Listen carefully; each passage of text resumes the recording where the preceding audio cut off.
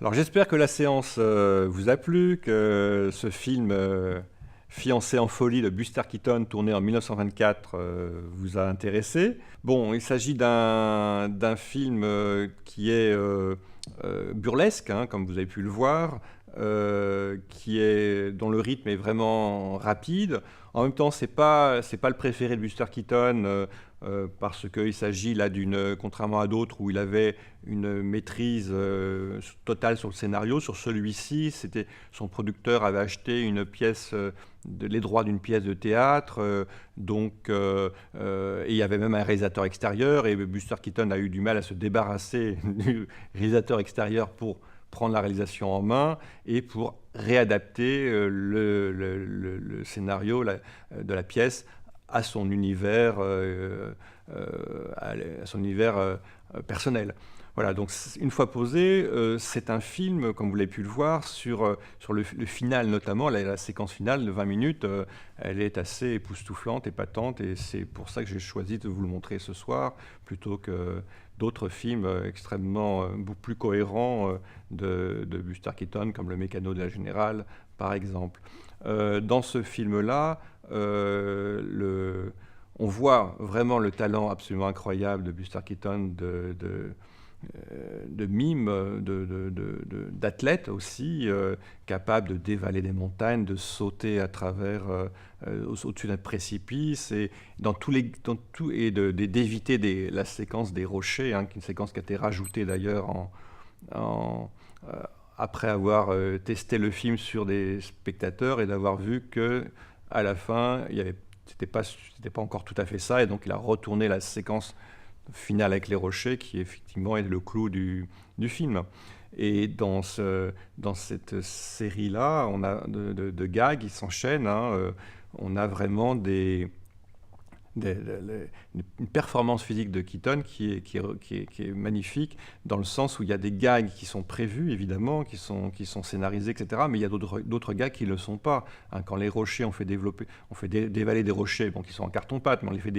on ne sait pas trop où est-ce qu'ils vont aller, et on voit vraiment les jaillissements, la spontanéité de Buster Keaton dans son art corporel, et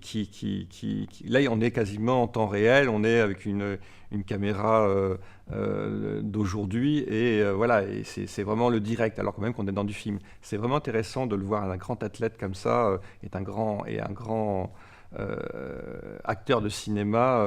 être autant dans la spontanéité à certains moments, même si d'autres gags ont été répétés. Voilà. Et bon, bien sûr, l'histoire, vous avez pu la voir, est assez simple,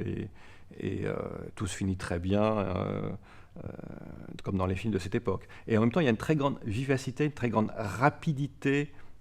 dans le jeu de Buster Keaton. Et personnellement, bon, comme beaucoup d'autres, je préfère Buster Keaton à Charlie Chaplin, que j'adore aussi, qui est probablement le cinéaste qui a le plus marqué le XXe siècle, mais en même temps en utilisant plus les recettes du mélodrame, alors que chez Buster Keaton, il y a une retenue, un sens graphique, un sens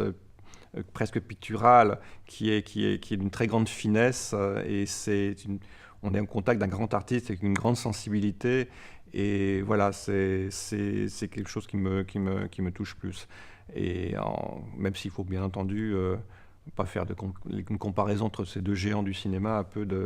d'importance. Et quand on voit aujourd'hui un film comme celui que vous venez de voir, eh ben on peut dire que sur beaucoup de points, ça peut vieillir, hein. On a vraiment la trace de grandes personnalités du XXe siècle, avec, grâce à la cinémagie de Méliès d'un côté, et puis l'outil technique et le style, entre guillemets, documentaire de Lumière. Là, on a une œuvre qui commence à être vraiment au milieu des années 20, puisqu'on est en 1924, on a vraiment une œuvre qui commence à avoir de la maturité, hein, tout en étant toujours dans les premiers temps du cinéma, les premiers âges, là où tout est possible. Il n'y a pas d'interdit, il n'y a pas de code, il n'y a pas de limitation. On fait, on invente, on peut expérimenter, on peut imaginer, et tout le monde nous vous dit, vas-y, essaye, si le public sera là, tant mieux, le public ne sera pas là, il faut essayer autre chose, mais vas-y, il n'y a pas de limite, y a pas... Et ça, c'était cette liberté qu'avaient les cinéastes à cette époque-là, hein, c'était vraiment quelque chose de, forcément, j'imagine, de très stimulant. Voilà. Bonne soirée et à demain pour le 4e épisode de notre série Au film de la nuit. Bonsoir.